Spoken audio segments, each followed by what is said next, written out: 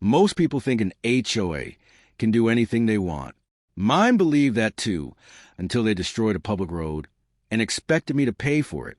They had no idea the state was already watching. The trouble started on a quiet Monday morning. I drove toward town and found the neighborhood entrance completely destroyed. Nobody had warned the homeowners or the state. The HOA president proudly announced that the road was being improved. She never mentioned that no permits had been approved. That little detail would soon cost millions. She demanded that I rebuild the road because I own construction equipment. I politely refused. It wasn't my project, and it certainly wasn't my responsibility. She slid a contract across the hood of my truck.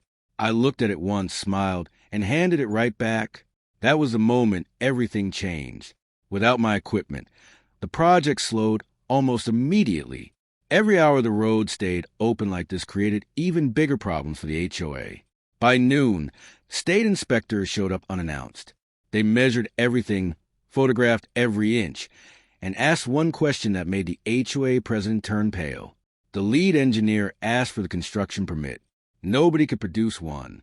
The silence that followed said everything. Within minutes, the road was officially closed. Now, the HOA wasn't dealing with homeowners anymore.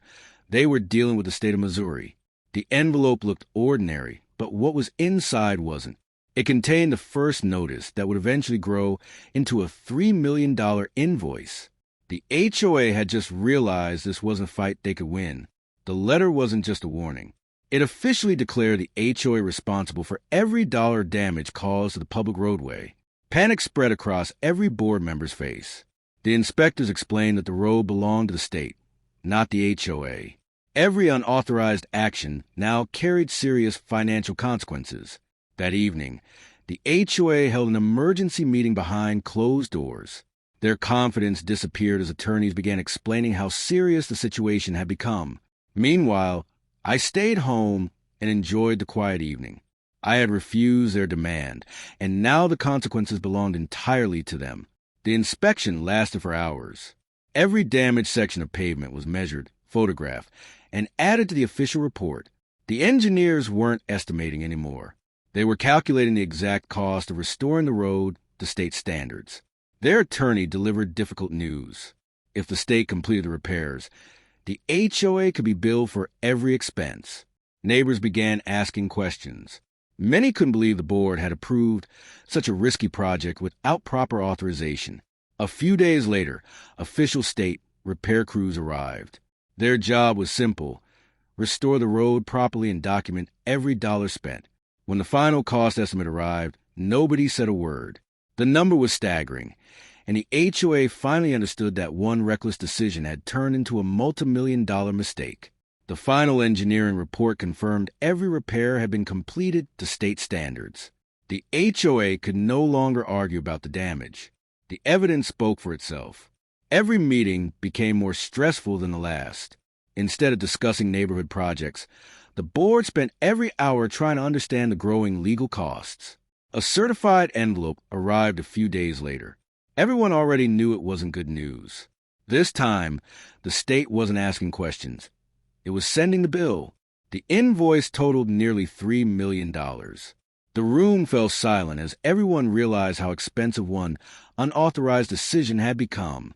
Friends kept calling to tell me what was happening. I simply thanked them for the update and went back to enjoying the quiet evening on my ranch. Residents started asking for answers. They wanted to know how a simple road project had turned into one of the most expensive mistakes the neighborhood had ever seen. The board finally accepted responsibility for the failed project. Their confidence had disappeared, replaced by difficult decisions about the future of the association. Within weeks, traffic returned to normal. The road looked better than ever, but nobody forgot how much it had cost to rebuild it properly. I never wanted revenge. I only refused to accept responsibility for a project I didn't create. Sometimes, letting the proper authorities handle a situation is the best decision. In the end, the road was rebuilt, the responsibility was assigned, and the neighborhood learned a costly lesson about following the proper process. Some mistakes can be repaired, but they are never free. If you enjoyed this HOA story, don't forget to like, subscribe, and turn on notifications for more incredible HOA stories. And tell us in the comments, where are you watching from? We'd love to hear from you.